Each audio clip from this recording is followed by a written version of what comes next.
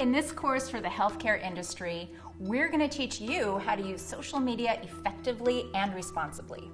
We'll show you how other healthcare professionals are using social networks and point out mistakes that could lead to lawsuits, fines, penalties, potentially even incarceration.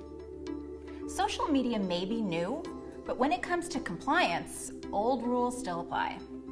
Hi, I'm Vanessa McGrady, and I'm a social media strategist, and I work in corporate communications at one of the largest healthcare providers in the United States. I'll be your instructor in this course on social media for healthcare.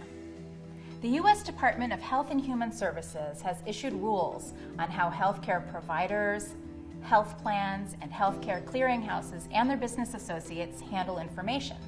That's the focus of this course. We'll share key takeaways that healthcare professionals need to know if they decide to use social media for work. If you're taking this course to satisfy a training requirement and have already reviewed your company's social media policy, you'll be asked to acknowledge that you've read the policy on the next screen.